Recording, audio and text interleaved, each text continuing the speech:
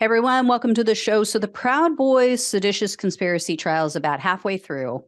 Prosecutors have been sharing their social media posts and their private messages with the jury, trying to prove that they plan to stop the certification of the Electoral College votes. So, for example, they showed the jury November 2020 messages from defendant Joe Biggs, in which he talked about storming facilities where they were counting ballots.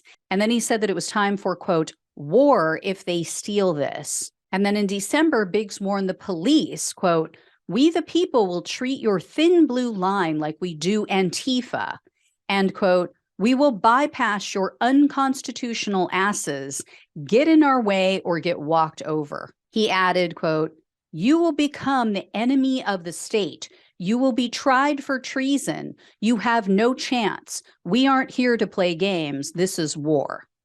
Then the jury also heard and saw a group message from then Proud Boys chairman Enrique Tarrio. He sent that in November of 2020 as well. It stated, quote, standby order has been rescinded. He was obviously referring to Trump's infamous statement to the Proud Boys to stand back and stand by. And on November 11th of 2020, defendant Ethan Nordine wrote, quote, advocate for mutual combat laws. Fighting solves everything. Zero gun laws and restrictions. Yes, zero. Privatize everything and limit the government to protection of its citizens only. Join my party.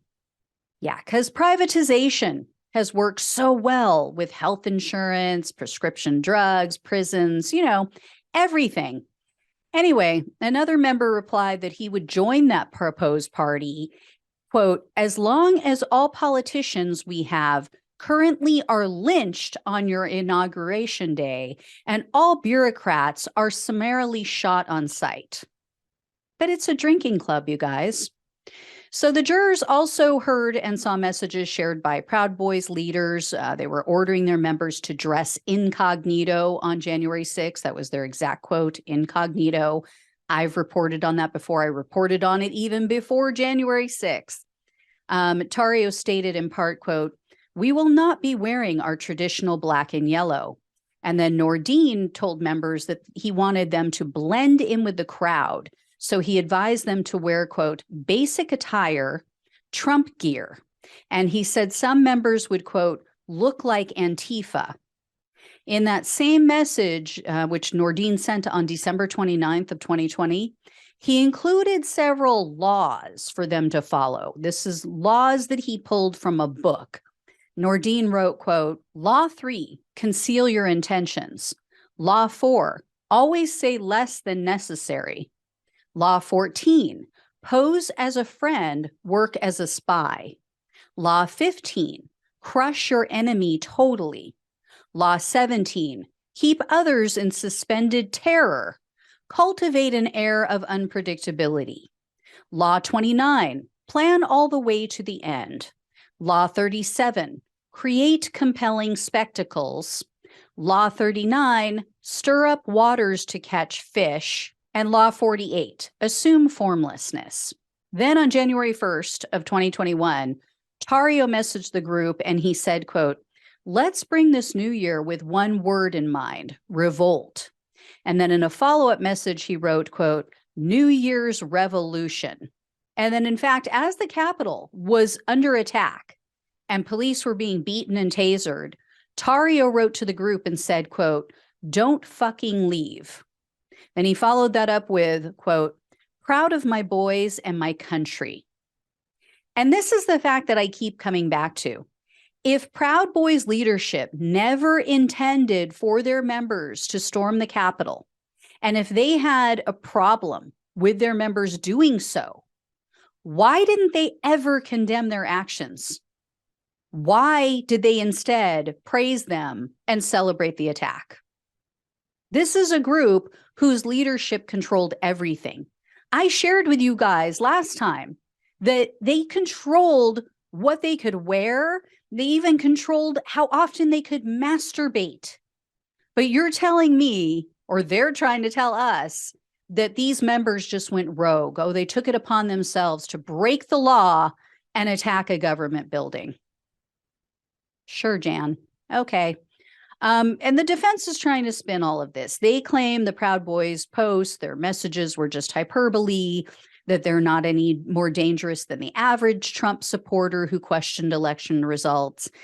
They also are arguing that the FBI cherry-picked messages from the Proud Boys members out of thousands of similar messages on Parler. But under cross-examination, FBI Special Agent Kate Camilleri, I'm not sure, she refuted the defense's arguments, and she said that the posts alone are not a crime, and they're not an indication of a criminal conspiracy. The fact that the Proud Boys took action is what constitutes the crime, obviously. And the agent also noted that it was only after they committed crimes that the FBI reviewed their comments and posts. And the agent pointed to the relevant history of the Proud Boys. You know, they have a propensity for violence. And their aggression was also the subject of testimony that was given by U.S. Capitol Police Officer Shay Kumi. She told the jury that after receiving a frantic radio call, this was on January 6th, she quickly left her post. She ran over to help fellow officers that were on the Upper West Terrace. Once she got there, she encountered this very angry mob. They were screaming, yelling, cursing at her and the other officers. So Officer Kumi said that she also remembers interacting with two people that she said out of everyone else, they concerned her the most, because she said that they were the first to start pulling on and pulling apart the police barricades. And the officer said that these two people were among the many calling her and others names. They were calling them pigs and traitors. So on cross-examination, they said, how can you be sure that it was these two people? And Officer Kumi said she was absolutely sure it was these same two people because, quote, it was one of the first words that were said to me that day. And then also, quote, he looked right at me. And then it was revealed that the two people to whom she was referring were defendants Ethan Nordine and Joe Biggs. Then another officer took the witness stand as well, U.S. Capitol Police Officer Mark Ode. He testified that it was his riot shield that was used by Dominic Pizzola to bash in a Capitol window, and that was the very first breach of the building. Pizzola tried to claim that the officer dropped the shield and he just found it on the ground. So the jury was shown video footage and photos that show that the officer had been pulled to the ground by someone, and then they ripped his shield away from him. And then the officer also shared details about the violence that he experienced. He said that after he was pulled to the ground, rioters essentially dogpiled on him. So he was on his stomach. He said his eyes were burning. He was having trouble breathing from being sprayed with chemicals. And someone was on top of him, like behind him, and was trying to use his helmet strap to choke him. The officer told the jury, quote, at that specific time, I thought that I'm not going to make it out alive of that pile. So this was very real. There was a lot of violence, and no, this wasn't because they were instigated by the FBI. These are grown-ass people who made their decisions. Anyway, guys, please like, share, and subscribe. Please donate or become a monthly supporter. Greatly appreciate it. Appreciate all of you. Take care, and I'll talk with you soon.